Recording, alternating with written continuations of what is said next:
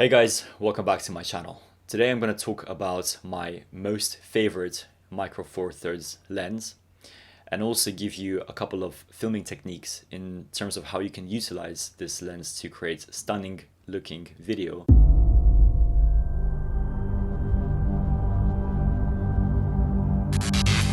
So the Panasonic 45mm f1.8. I love it firstly because of its ratio price to quality. Nowadays you can pick it up used just over 100 British pounds or 100 US dollars. It is sharp even at f1.8, so you can use it without compromise or sacrificing any sort of image quality. It is small and compact. And it is actually, the focal length is surprisingly versatile, even for landscape photography or videography. I'm not going to go into much about the technical aspects because there are plenty of other videos and materials out there that will go in a lot more in depth. But what I want to talk about is this. So in order to achieve that cinematic look, most people, sort of the amateur perspective on it is to have videos or to have photos that have bokeh in the background, so the out of focus rendition.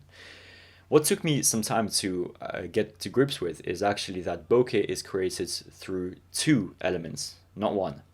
The first element is indeed the low f-stop number. So you would think that like, okay, you know, I have a low f-stop lens already.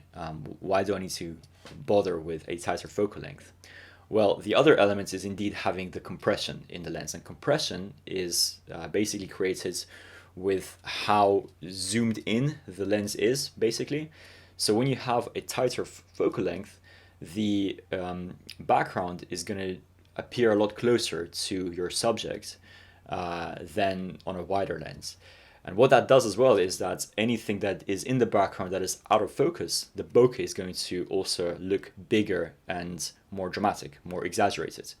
So that basically creates that cinematic look on a budget with this lens, because you have both of these things in one small package, which is great because you can take it with you anywhere, you can shoot handheld. And here's the other thing. We find movement in our shots a lot more interesting and a lot more creative as well. So if you have just a static shot alone, it is quite boring. But when you have this kind of focal length, your movements, if you take a camera and you pan from right to left or from left to right, this pan actually becomes a lot more exaggerated because of how zoomed in the lens is. When you start panning slowly, it looks like there's a lot more motion in your shot than there actually is.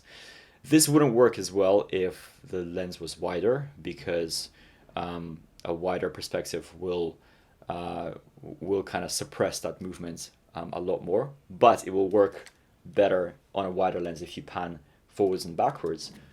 But in this lens, panning from right to left, or with any other lens that has a tighter focal length, panning from right to left will basically exaggerate that movement a lot more.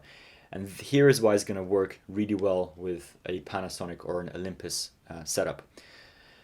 The thing is, you have to always kind of play to your camera's strength. Okay, and now with Panasonic, with Lumix, especially with this kind of camera, the strength here is the in-body stabilization, which is going to be great for the panning, but the weakness is the autofocus.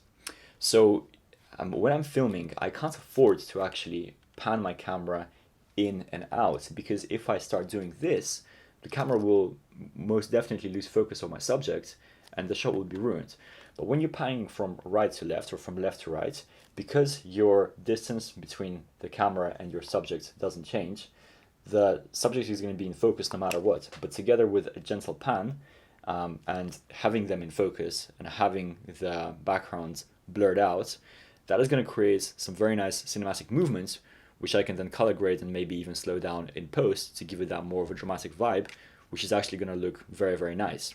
And this can be achieved with a very small and a very minimalist setup, pairing this kind of lens with a Lumix or an Olympus body that has IBIS, and you can do these kind of handheld shots and get away with it.